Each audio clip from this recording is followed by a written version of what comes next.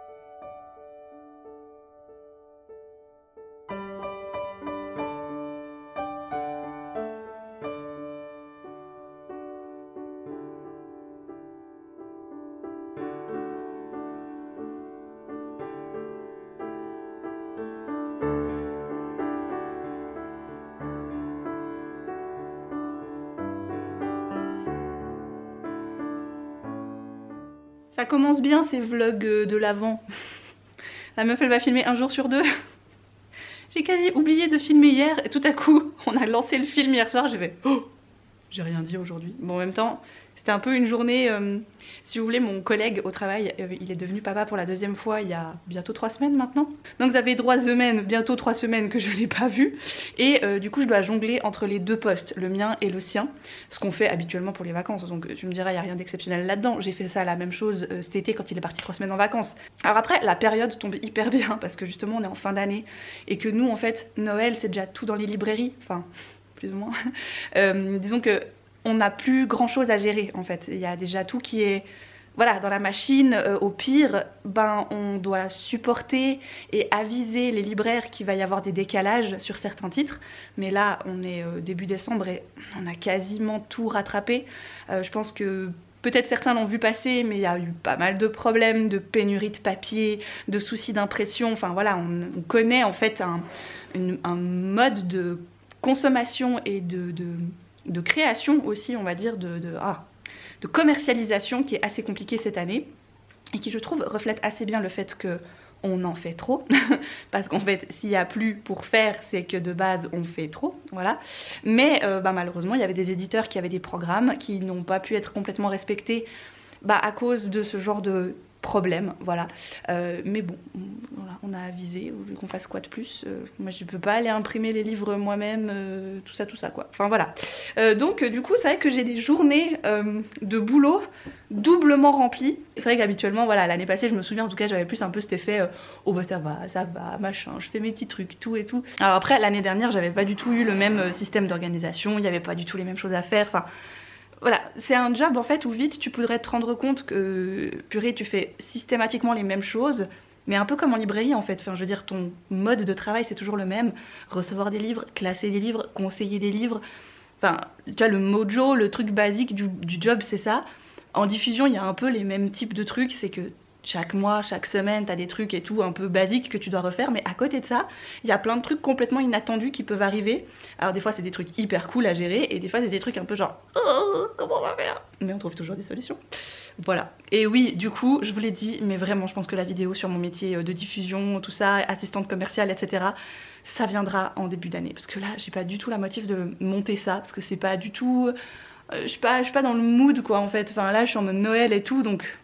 Non, voilà, ça attendra. Alors... Bien. Donc, le numéro 1. Il est là.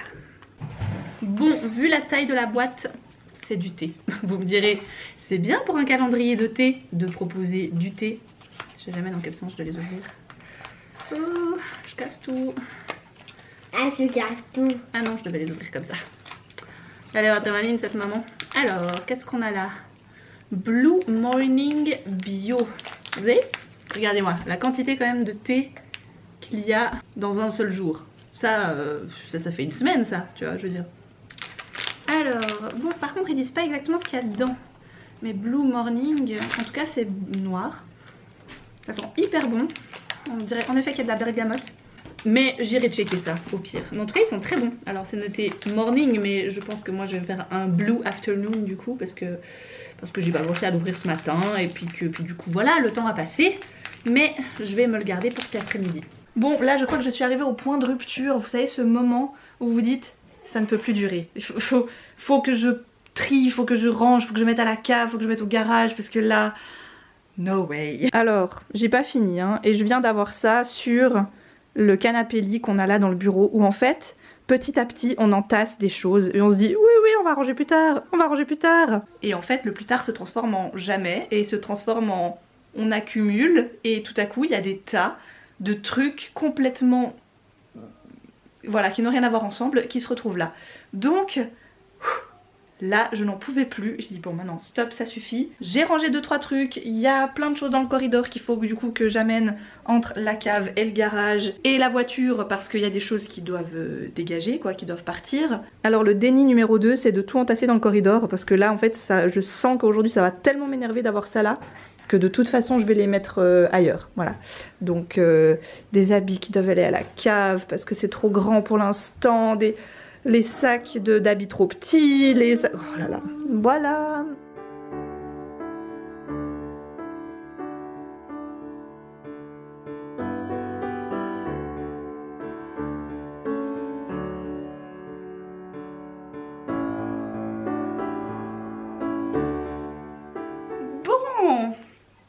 Alors j'aime les jeudis. Même si j'ai comme d'habitude une liste de courses longue comme le bras. Mais ça va le faire de toute façon. Elle est moyenne. Elle est moyenne, tu trouves? Ouais.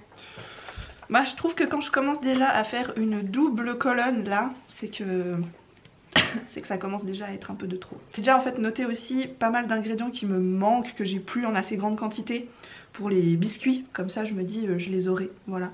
Niveau lecture j'ai commencé ça.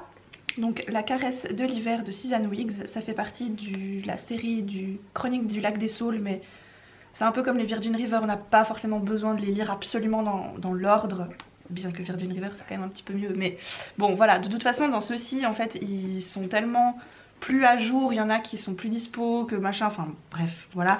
Puis à chaque fois aussi ça se centre sur un autre personnage qui habite au lac des Saules, donc bon, c'est pas très grave si on les lit dans le désordre. Mais en le commençant, déjà j'ai lu pas grand chose, hein, j'ai lu 40 pages et ça commence, c'est très triste. Parce que le personnage principal a perdu sa grand-maman il y a 2 jours quand le bouquin commence. Donc 2 jours après le décès de sa grand-mère, la maison de sa grand-mère dans laquelle elle vivait brûle. Donc du coup elle perd tout, elle a plus rien, toutes les recettes que sa grand-mère avait, parce que sa grand-mère avait une boulangerie de mère en fille, enfin de membres de la famille en membres de la famille, ils se sont passés une boulangerie polonaise et du coup elle a plus rien, elle a plus toutes les recettes, elle a perdu un peu toute l'essence en fait de sa famille et de sa grand-mère. Donc voilà, en 40 pages où j'en suis, c'est hyper gloomy un peu, vous voyez ce côté un peu bleu, un peu coup de blues de l'hiver. Donc je ne sais pas, la couverture est hyper festive, tu sais, genre la caresse de l'hiver avec le sapin de Noël et tout machin. Mais bon, est-ce que c'est vraiment très Christmassy? Je suis pas sûre. Ça va aller, ça va se lire. Et puis c'est mon premier livre pour le Cold Winter. Alors on est parti pour l'école à 13h30. Il y avait plus rien, il pleut depuis 2 jours, c'était tout moche, tout gris. Et là, en 1 heure à peine, voilà que le temps s'est décidé. C'est décembre. Let's go. Alors on a déjà eu de la neige en fin de semaine dernière, donc fin novembre. Alice était trop contente parce que du coup elle a eu de la neige pour son anniversaire, elle était aux anges. Et là après elle était un peu toute triste parce qu'il n'y avait plus rien du tout, tout s'est barré en 2 jours. Tada, la magie de Noël, voilà. Alors moi j'ai profité de ce petit moment seul à la maison pour aller chercher encore 2-3 trucs à la cave, descendre ce que je vous avais dit que je devais absolument descendre, c'est fait, au moins c'est déjà ça de fait. Je vous ai pas montré mais voici les petites décos que j'ai commandées sur la boutique de Chloé qui est une personne que je suis depuis, ma foi, depuis très longtemps, que j'avais un petit peu perdu de vue et qui là en fait est revenue avec une collection de Noël tout bonnement parfaite et à mes goûts, voilà. Ce sont des petites décorations en bois pyrogravées qu'elle fait elle-même et que j'ai trouvé juste adorables. Je lui ai commandé des autocollants et des cartes postales aussi parce qu'elles sont juste absolument magnifiques. Donc là j'ai mon petit téléfilm de Noël qui tourne. Je m'étais dit que c'était des après-midi où je voulais bouquiner à la base, mais vous savez comment je suis quand j'ai des trucs en tête. Je ne peux pas. Donc là j'étais en mode il faut que je mette encore 2-3 trucs. Donc voilà, la dernière chose que je devais encore mettre c'était cette branche que je voulais absolument ressortir, que j'avais faite l'année dernière. Donc j'avais été chercher une grosse branche en forêt et j'avais enroulé une corde où il y a des loupiottes directement intégrées dedans. J'avais adoré cette corde. D'ailleurs j'en ai encore au cas où que. Et j'avais suspendu des petites décorations en bois que j'ai maintenant depuis pas mal de temps. Donc je saurais plus vous dire d'où elles viennent exactement, mais je trouvais que l'ensemble était plutôt sympa. Il y avait encore des oranges séchées, donc là il faut que j'en rajoute à 2-3 endroits qui sont vides parce que l'année passée il y avait des oranges séchées. Je l'ai mis au-dessus de la télé cette fois parce que en fait l'année dernière elle était au-dessus de cette fenêtre là, mais l'année dernière je n'avais pas les rideaux ici. Donc j'avais pas la tringle à rideaux et du coup ça allait bien. Mais maintenant que j'ai la tringle à rideaux, bah ça joue plus trop. Mais comme je trouvais que ce petit coin là était encore un petit peu tout nu, je trouve que là il va plutôt bien. Et puis je pense que je vais mettre justement la deuxième corde que j'ai encore. Je vais la mettre là-haut probablement. Voilà. Donc comme ça je crois que cette fois on est paré, on est ambiancé Noël tout bien comme il faut quoi. Voilà, je pense même qu'aujourd'hui, vu la météo, je vais inaugurer le premier feu de cheminée de la saison. Et ça va pas nous faire de mal.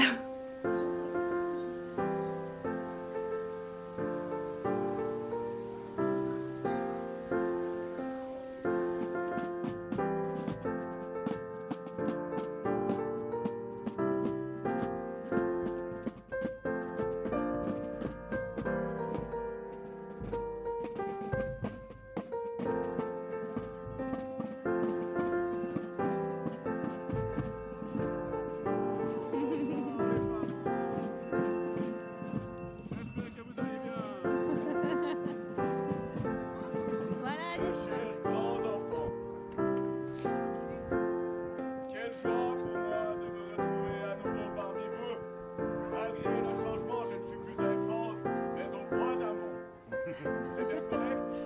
Oui. Dans l'auriculaire. Maintenant, tous les doigts sont occupés. Les habitants sont contents. La neige peut bien tomber. Le vent peut bien souffler. Ils sont au chaud dans leurs gants. Et là, une biche transie de froid vient à passer. En découvrant le gant, elle s'écrie « Oh, un gant, c'est exactement ce qu'il me faut pour ne pas finir en glaçon. » Hier c'était la Saint-Nicolas, enfin tout le week-end c'est la Saint-Nicolas. Normalement c'est le 6, mais voilà, là, ça a été célébré, ça se célèbre tout le week-end. Alors en ville de Fribourg, il n'y a rien de spécial d'organisé à cause de la situation sanitaire. Mais dans le village, on a eu le droit à notre petit cortège et c'était vraiment cool. C'était chouette parce qu'en fait, il partait vraiment du haut du village, donc pas très loin de chez nous, juste là-haut. Et puis hop, il redescendait, il y avait les ânes, il y avait les pères fouettards, il y avait les fifres et les tambours, enfin c'était vraiment chouette. Du coup, c'était cool parce qu'on a pu l'attendre vraiment juste dans le jardin. On était tranquillement dans notre jardin. Puis quand il a commencé à passer, on les a suivis. On a été jusqu'à la halle de gym du village. Normalement, je me souviens que quand moi je faisais la Saint-Nicolas ici, parce que c'est la société de jeunesse qui s'en occupe, donc quand moi j'y étais, il y a quoi, il y a 15 ans bientôt, on n'avait pas en fait, on faisait pas nous-mêmes le vrai Saint-Nicolas et tout. On organisait juste, on organisait un petit rassemblement avec du thé chaud, du vin chaud, avec des sachets de Saint-Nicolas, donc dedans tu mets des cacahuètes, la mandarine, le biscôme, 2-3 chocolats, 2-3 bonbons, et ce qu'on appelle le sachet de la Saint-Nicolas. Et du coup ça on les distribuait aux enfants. Bah c'est vrai qu'on faisait pas tout le truc avec le Saint-Nicolas qui faisait le discours, etc.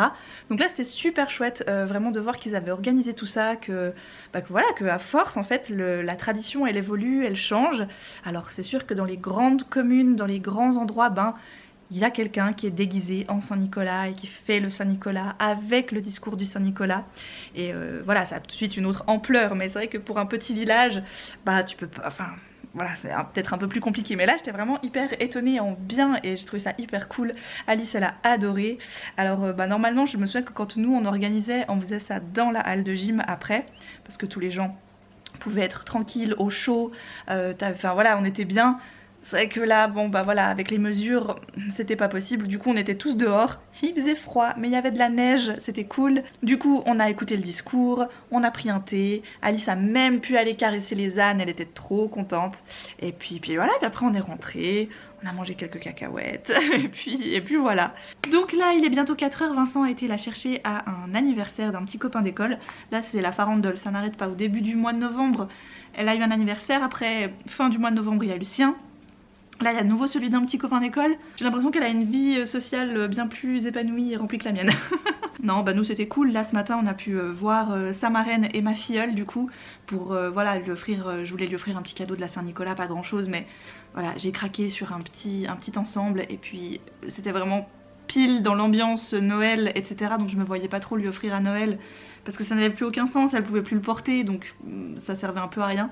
Donc voilà, j'ai profité qu'on puisse les voir aujourd'hui encore, avant que on ait tous trop de choses à faire, trop de gens à voir, trop de machins et autres. Et clairement, je me suis dit que c'était le dernier samedi où on allait en ville. Voilà, c'est vraiment... Et pourtant on s'y est bien pris, on est parti tôt ce matin, on est arrivé en ville, c'était 9h.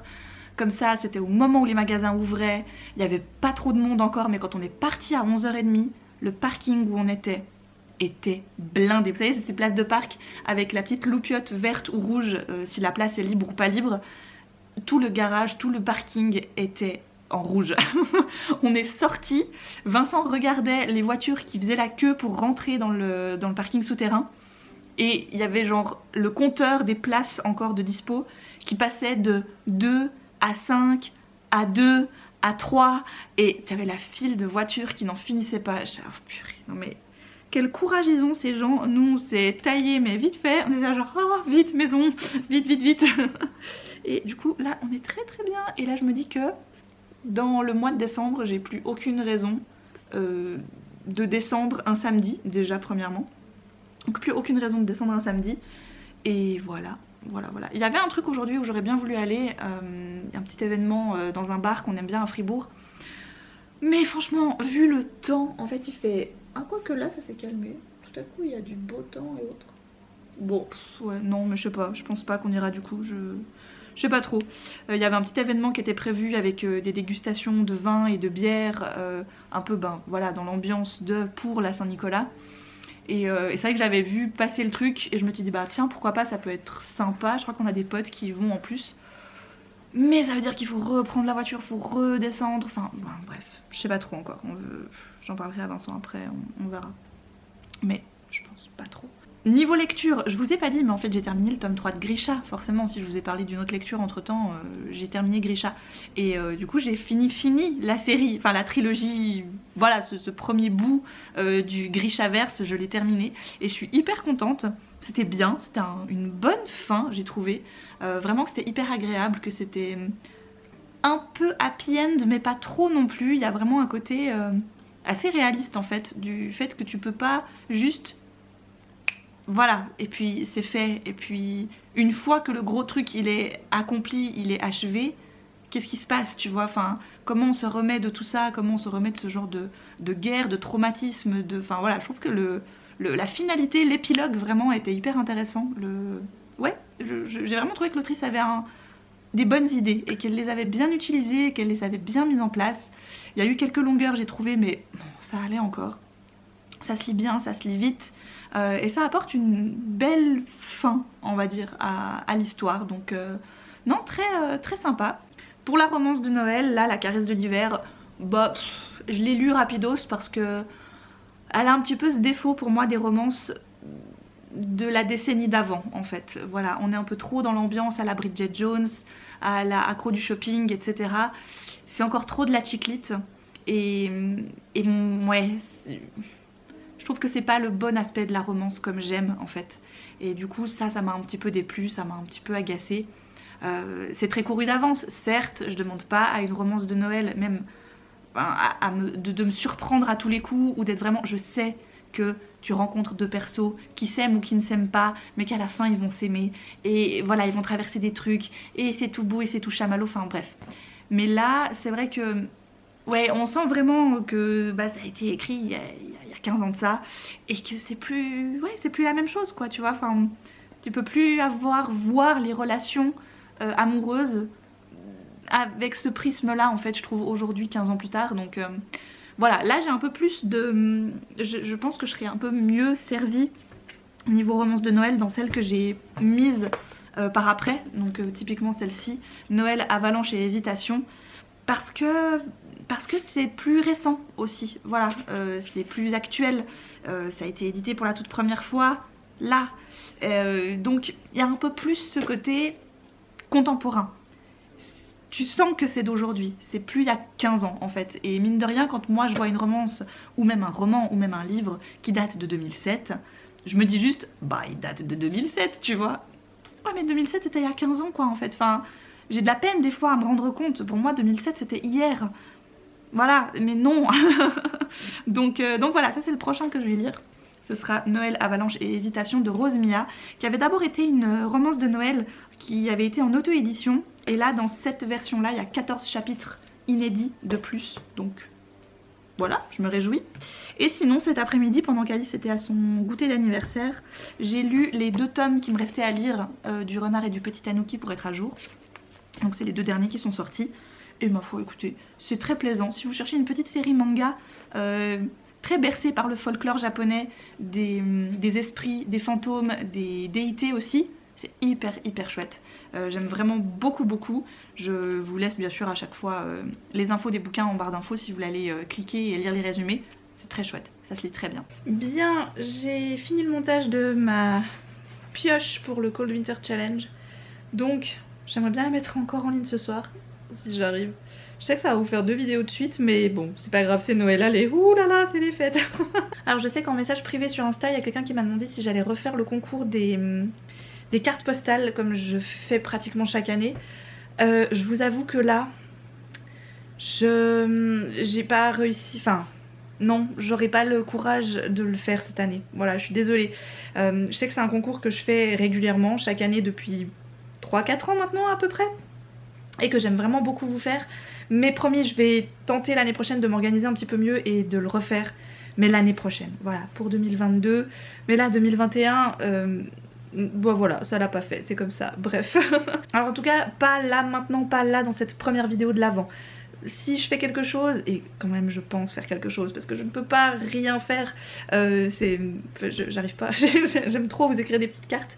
Je pense que je ferai un truc mais peut-être plutôt plus tard, voilà, donc ce sera pas comme chaque année où pendant toutes les 4 vidéos de l'Avent vous aviez l'opportunité de pouvoir participer pour que je vous écrive une carte postale de Noël.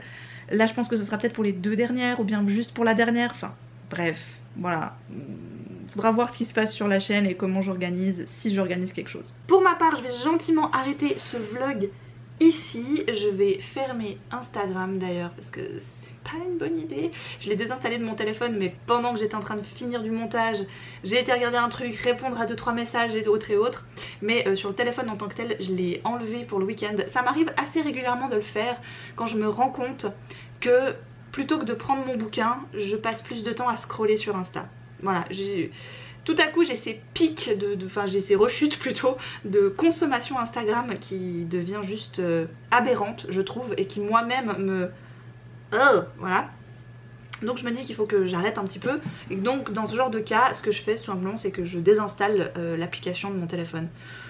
Voilà, et comme l'ordinateur, ben, je l'allume uniquement soit pour répondre à des mails ou pour faire du montage, que finalement, voilà, c'est pas là que j'y viens le plus. Mais là, je faisais du montage, j'ai été en profiter pour répondre à 2-3 trucs. Et alors, encore plus ce week-end, je l'ai désinstallé parce que je vois qu'il y a plein de gens qui sont à Montreuil, plein de gens que j'aime, plein de gens que j'aimerais revoir, des gens que j'aimerais rencontrer en vrai pour une fois.